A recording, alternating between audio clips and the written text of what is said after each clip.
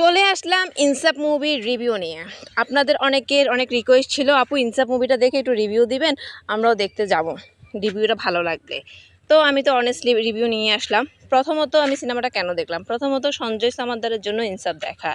কন্টেন্টের মানের দিক থেকে উনি ওটিটিতে 2-4 জন ভালো নির্মাতার মধ্যে কিন্তু তিনি একজন। সিনেমা ও মানের সাথে কম্প্রোমাইজ করেনি। বিগ বাজেটের সিনেমা মনে হয়েছে আমার ইনসাফকে পুরোপুরি মানে পয়সা উসুল মনে হবে আপনার কাছে, পয়সা উসুল সিনেমা।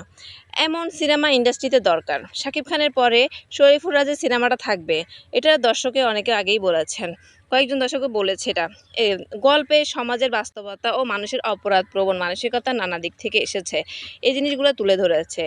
দেশের যে চিকিৎসা খাত নিয়ে বাস্তব কিছু কথা এগুলো তুলে ধরেছে, বাংলাদেশের চিকিৎসা নিয়ে কী হয় এগুলো কিন্তু তুলে ধরেছে উনি।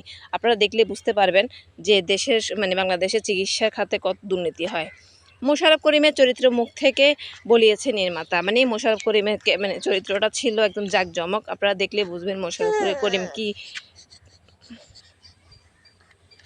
মোশাররফ করিমের চমৎকার অভিনয় করেছেন। গল্পটা সমাজের ইনসাফ তথা ন্যায় প্রতিষ্ঠার, কিভাবে সেই ইনসাফ প্রতিষ্ঠা হলো। প্রথম এই সিনেমা আছে সঞ্জয় সামদ্দারের যত্ন নেওয়া গল্প, বেশ কিছু টুইস্ট মুগ্ধ করেছে।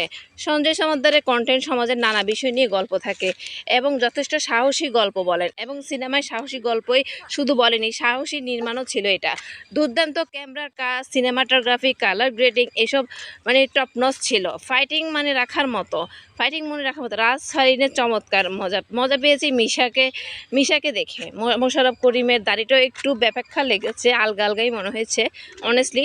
চঞ্চল চৌধুরীর ছোট্ট ক্যামিও চমক দিয়েছে। আরও বেশি কিছু না বলেই পরামর্শ থাকবে, আপনারা বাচ্চাদের নিয়ে বা দুর্বল হার্টের কেউ ইনসাফ না দেখাই ভালো। যাদের দুর্বল হার্ট আর ছোটো বাচ্চা নিয়ে না যাওয়াই ভালো, কারণ এটা খুবই একটা অ্যাডাল্ট ছবি, আবার অশ্লীল কিছু না, অ্যাডাল্ট বলতে ভয়ানক কিছু ছবি। আর বেশি কিছু নাই বলে স্পয়লার হয়ে যাবে, দেখবেন ইনসাফ, পয়সা উসুল হবে।